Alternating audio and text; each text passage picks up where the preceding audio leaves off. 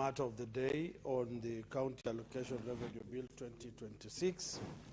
And Honorable Speaker, is to appreciate the role of Senate in ensuring that Bungoma gets over 12 billion shillings. In essence, we are talking about 12.985 billion shillings, Honorable Speaker. And for the people of Bungoma to understand that the executive of Bungoma will be galloping or using 601 million shillings. That is to say that we expect the county government of Bungoma to work effectively for the people of Bungoma, to keep off their hands from the honey jar of the public, and ensure that the great people of Bungoma are satisfied with the service delivery given by the executive. Honorable Speaker, joining honorable members to say that we have indeed added value to the county governments is to insist, Honorable Speaker, that the monies allocated and the schedule given, Honorable Speaker, from the last financial year indicates that there is a tendency of bad manners from the executives of the Republic of Kenya's devolution centers for not paying CHPs, for not paying pending bills. And for Bungoma, Honorable Speaker, I want to thank this House that last week when honorable members weighed on the issue of CHPs, today the CHPs of Bungoma have received their 2 months arrears of April and May. That tells you that a necessary noise, constructive criticism, will definitely push them to deliver. But that does not say that they have paid all the bills, Honorable Speaker. My great county is yet to pay from July last year to October of last year. So we are talking about 4 months, Honorable Speaker. And in a few weeks, we'll be crossing over to the new financial year.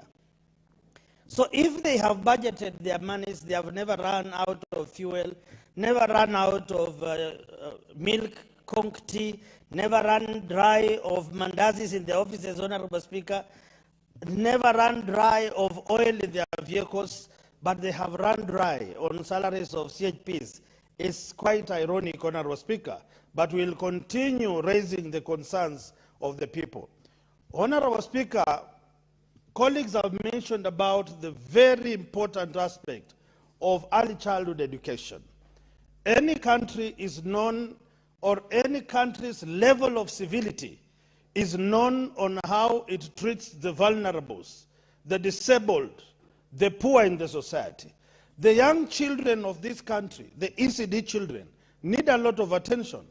It came to my notice, and I've always talked about this, that in Bungoma is a country where you can find, depending on the mood of a principal of a primary school, he can decide to tell the ECD's children to sit under a tree, depending on whether it rained or not. They can easily come with cow dung to smear classes because the county government has not constructed good classes. It is only in Bungoma, Honorable Speaker, that a program is launched for porridge, and when you do analysis of schools, they only hear about it in funerals and public shows. So these monies, as we increase to county government, it must be seen practically on the table for the children through teaching aids, through learning aids, and ensuring that the teachers are comfortable. For your information, Honorable Speaker, last financial year in Bungoma, they put around 30 million to recruit ECD teachers and tutors of vocational training centers. As we are talking today, those amounts were removed from the budget. Where it went, we don't know. So we are asking county government, if in a county of like Bungoma, we have over 6,000 graduates of ECDs, some older than me, and for 4 times you have been advertising on daily newspapers. These people have applied. The people have been vetted. Then you simply cancel the advert and people go to factory setting. It is immoral. It is bad manners. We must condemn it, and we must call our executive, led by my good friend, the governor of Bungoma, to order. We are talking about the Department of Fire and Emergencies. We saw what happened in Huruma Girls, Honorable Speaker. May their souls rest in peace. But we are saying county governments must be pushed to deliver such critical services of emergency and firefighting equipment. In Bungoma for the last 3 years, the machines have never worked. On the budget, money has been put. So are we waiting for another disaster, for people to come with handkerchiefs, to wail and mourn and join people who have suffered, yet it is under their nose that they are not working as expected as a county government? The monies we are improving in this allocation this year is supposed to ensure the Department of Emergencies, Disaster Management, and Special Programs is well handled at the county level, including ambulances in facilities, Honorable Speaker. You can imagine a patient telling you, if you are going to put me in the county ambulance, I'll rather use a boda boda to go to hospital. Because they are not sure if it is an ambulance, because the roads are pathetic, they will even suffer more than on a motorbike, because on a motorbike boda boda is more gentle in taking these people to the facility. Honorable Speaker, these amounts that we are increasing in Bungoma, they are supposed to turn around the soil testing kits. It is only in Bungoma, Honorable Speaker. I don't know if many members of the House can have these machines. In Bungoma, we have 2 vehicles worth over 20 million to test and advise farmers on what fertilizer, what pesticide, what herbicide to use as you grow crops in Bungoma. Those machines have stalled for as long as 5 years ago. What kind of systems are we putting in place? What kind of regimes are we tolerating? Yet our people are planting and harvesting without the nitty-gritty and advice of the executive. Honorable Speaker, the matter of youth involvement in the development agenda of this country is very important. When you look at the budgets of county governments across the county, the money set aside for youth, sports, talent, and growth is very minimal, Honorable Speaker. When you talk about youth, many of them think that it's just about people enjoying themselves and not people doing what ought to do. The youth sector in this government and in this country, they must ensure all ministries in the devolved sections have a youth component, because youth are equally engineers, they can do roads.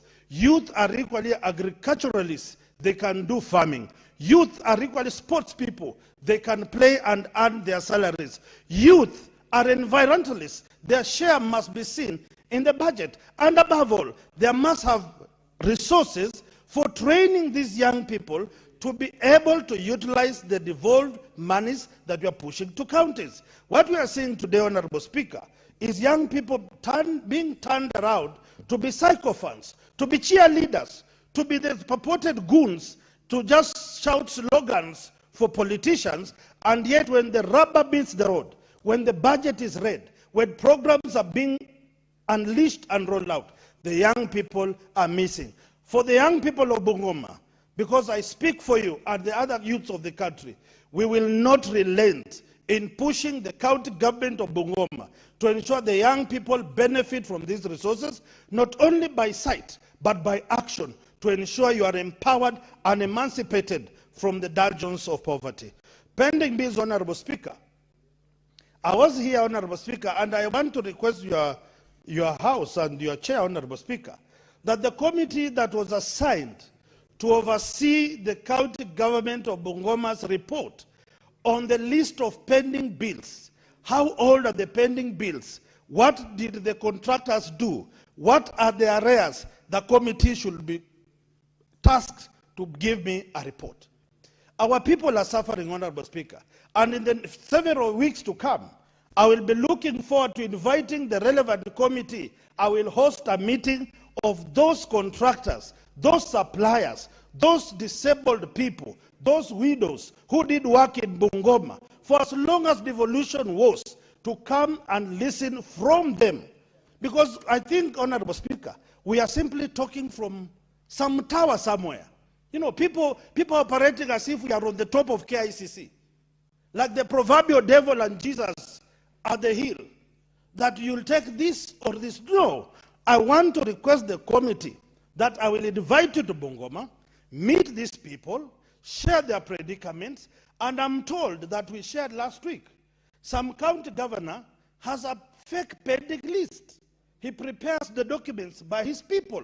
They pay according to how friendly are you politically aligned, how much are you releasing, and on behalf of the people of Bungoma and the contractors of Bungoma, we will not sleep. We will ensure that you get justice for the work you did, and the executive has no mandate to play games with you. Finally, water is a very important sector in the lives of people. In Bungoma, Honorable Speaker, we have a drilling machine. But if you ask them how many wells have they dug for the people of Bungoma, they are ashamed to tell you, because they will rather advertise tenders, give tenders, because people will pay in kickbacks. There is a percentage that they will get out of contracting well drilling for the people. But they will not allow to fuel, to repair, and drill freely for the people of Bungoma. We have no meters. The pipes are bad. The workers are paid decibelly.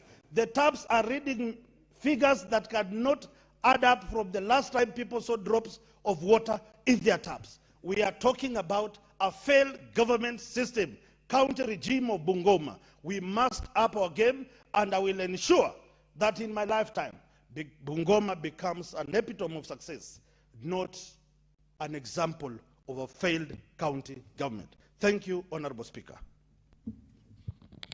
Senator Buru Oginga.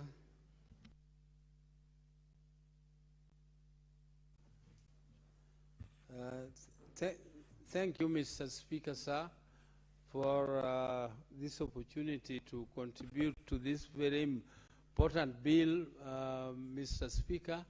Mr. Speaker, this is the core of our responsibility as a county, because we are discussing the division of revenue to the counties, and this is the budget, and this is what makes the counties work. This is what oils them.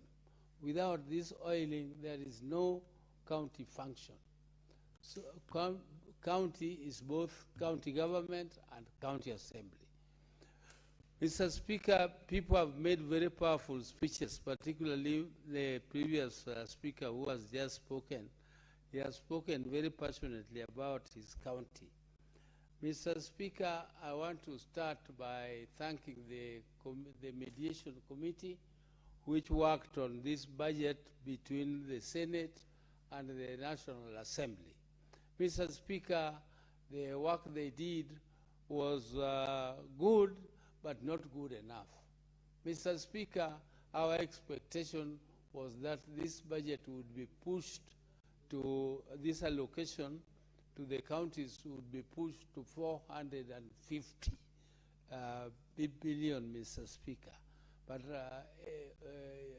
however, Mr. Speaker, they have pushed up to 458, and 428, and this is an addition of 13 billion shillings over what we were allocated last year. Mr. Speaker, sir, though this is a small addition, but it is still something. It is not nothing, and we are going to make sure that next year's budget we push as much as possible. I don't understand, Mr. Speaker, why our colleagues in the National Assembly, who are also from the same counties where we come from, where this money is supposed to go, that it is a tug of war between us and them. Why should they not support monies which go to the counties? Maybe there is some other reason. I know that there are some monies which they use they are given or allocated to them to manage. Maybe that is the reason why they are so hard on the Senate. But Mr. Speaker, sir, I hope that next year some God will get into their souls so that they understand the reasons why we are pushing for more money for our people in the village. Mr. Speaker, sir, people have spoken to the issues of pending bills. Mr. Speaker, this is a very, very serious issue. It is a very serious issue, Mr. Speaker, because pending bills are monies which are owed to the people who either supplied the counties or people who worked for the counties as contractors, Mr. Speaker, and they are not paid because monies are diverted to other so-called urgent issues. Because there is no incurrence of expenditure which is not budgeted for. All these issues, all these items are budgeted for, Mr. Speaker. And that budgeting means there is a budget line and there is money allocated to it. And when that money goes to the county, when it goes to the county, Mr. Speaker, that's where the problem starts. Where does that money go when it goes to the county? Where does that money disappear? Why does it not go to the intended purpose? Why does it not go to the person who supplies? Why does it not go to the person who is contracted to build? Mr. Speaker, this corruption of the highest order. And then it is thrown into a dungeon, that dungeon which is called